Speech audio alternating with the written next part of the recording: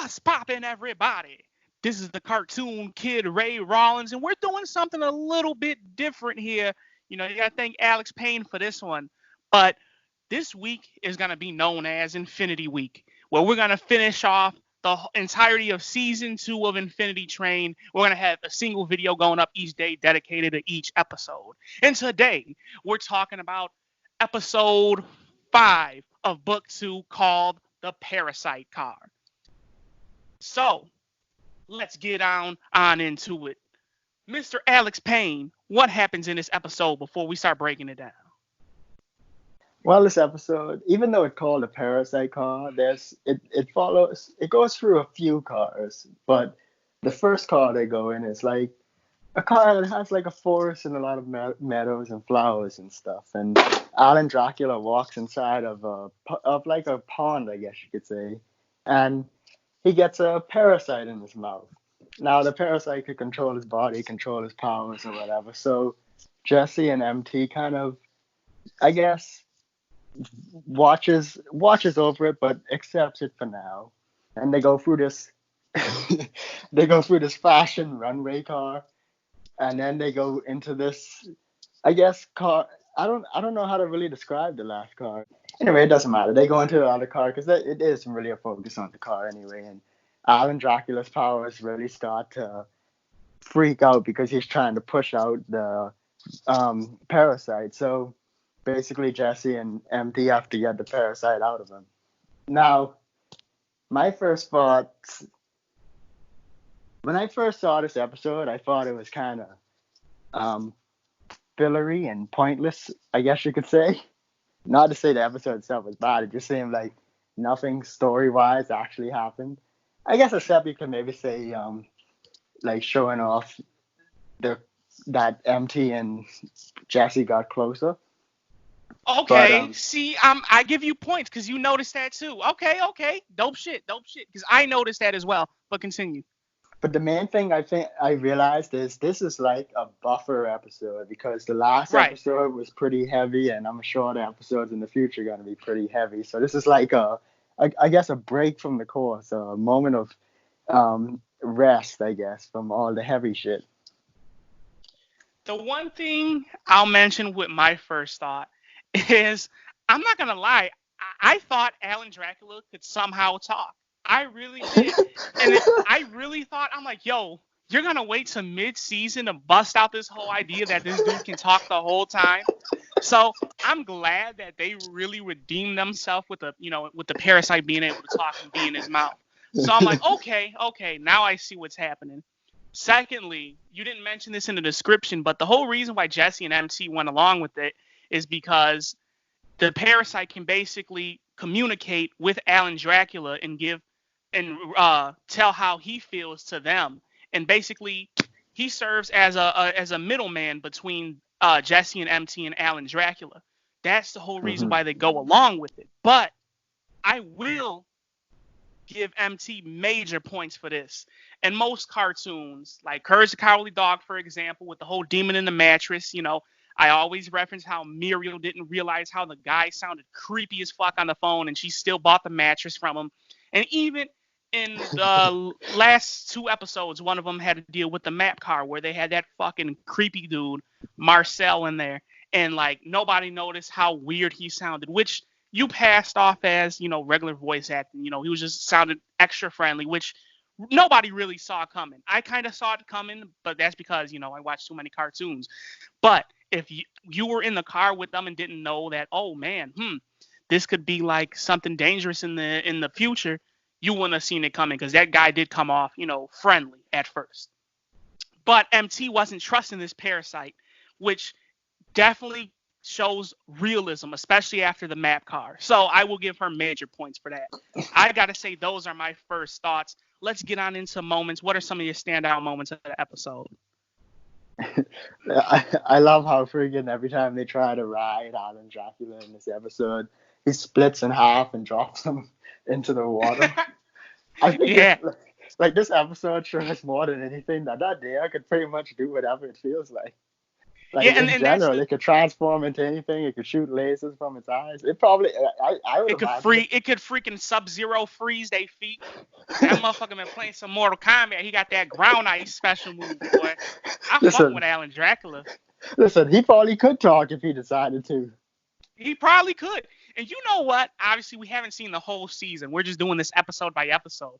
So I'm not gonna be surprised if this motherfucker starts talking episode 10. That would be the greatest. I wouldn't even say this would be the biggest fuck you to the watchers. You can't do nothing but laugh at that point because it's pretty much said throughout this whole entire season that that deer does whatever the hell it wants. Okay, and like I said, that's the whole thing with Alan Dracula and why they had that parasite be the middleman because they can communicate with them now. And the Yeah. parasite can basically do whatever it wants to, make Alan Dracula comply. So I You mean like if he, like say Jesse's leaving and he's like, well, goodbye. You're like, yeah. whoa. So that's what I like about this. The whole premise of the episode. I could say they could have done without the whole fashion car. Like you said, that was primarily filler throughout this entire episode. I really didn't care much for that portion of the episode. Afterwards, like I said, this focused heavily on Tulip and Jesse. Like you can see they're getting closer. And Yeah. I forgot personally which scene it was or what Tulip had said that really implied that, oh man, you guys are really starting to fuck with each other now. But I'm just gonna toss it over to you. Do you remember? I'm not sure.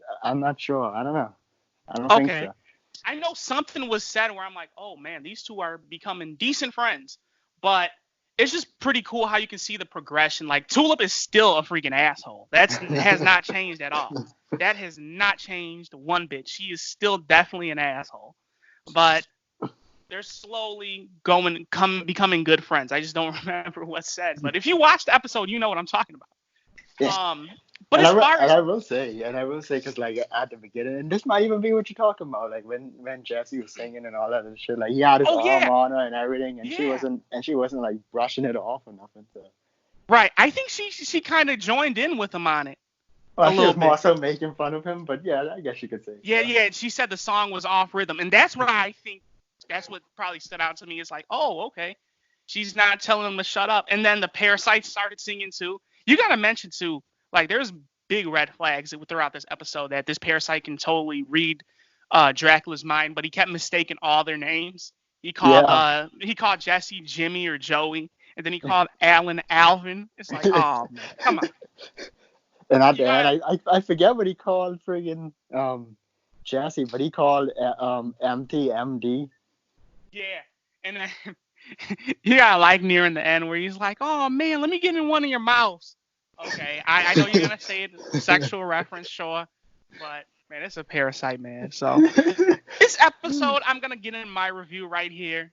I gotta say, while this episode is kind of, meh, it has a perfect place right after those two heavy episodes. Like, obviously, Jesse finds out that Tulip's metal. And I want to say, is it this episode or is it the next one?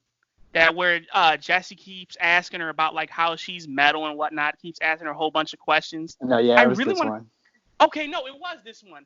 And, okay. Yeah, and he So asked if that's, she go if reflections go to the bathroom. yeah. Yeah, if reflections go to the bathroom, and then he asked her about like kissing the reflection in the mirror, and oh yeah, that's when they were crossing the river, and she's like, "All right, come on, Casanova," and I'm like, I ah, said it was someone else. and that has to be my favorite moment in this episode, honestly, because that's probably what it was. I'm like, oh, they're bonding now, she's cracking jokes on him and shit, and, she's not totally berating him, because old Tulip I could probably see say, yeah, that you're the only one who kissed you or something. Say something stupid like that. But overall, I gotta say, this episode, even though it's a mad episode, the placement of it is pretty damn good. Okay. The humor of it is fantastic too, especially like that joke in the beginning. And you can see Jesse and Tulip somewhat bonding. You can see how their characters are developing. Jesse is more comfortable with doing his own thing.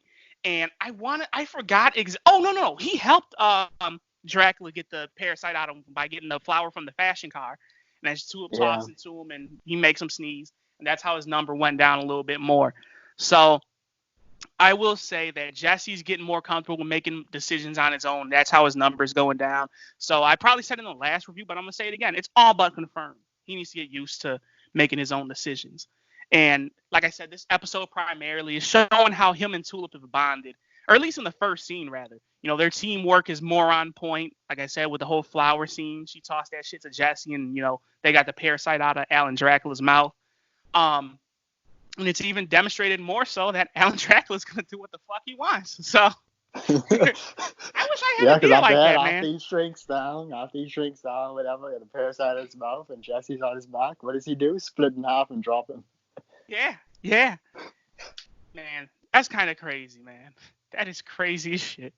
But overall, this episode, I'll give it a nice 6.5 out of 10. It's kind of meh, but the placement of it, I can give it a reason why. And the next one is gonna be pretty good. I know that for a fact. What about you? What do you say? Well, I just want to say I agree with Tulip. When he turned his hand into that human hand and opened the door, it did look creepy as hell. But but I agree with pretty much everything you said. It's technically a filler episode, but I think it's more of like a buffer episode and just more of a lighter one to go between all the heavy shit and everything. So right. I'm gonna agree with you. I think I'm gonna give it a 6, just like you. Okay. Well, technically I gave it a 6.5, but y'all know what it is, man. I'm the cartoon kid, Ray Rawlins. He's Alex Payne. He gives us a 6. I give it a 6.5 out of 10. And y'all know what it is, man. It has been our review of Infinity Train, Book 2, Episode 5, The Parasite Car, man. Join us for the rest of this week with all Infinity Train episodes, reviews that we got going up on the channel at 5 p.m. Eastern, man. We're finishing the season off here on this channel. So, with all that being said, man, this is the Cartoon Kid channel where we talk cartoons and we do it daily, baby. And as always, tell us how you felt about this episode down in the comments box below. Tell us if you liked it. Tell us if you hate it. And tell us if you have any other shows or episodes that you want us to review. But with all that being said, we will see you when we see you.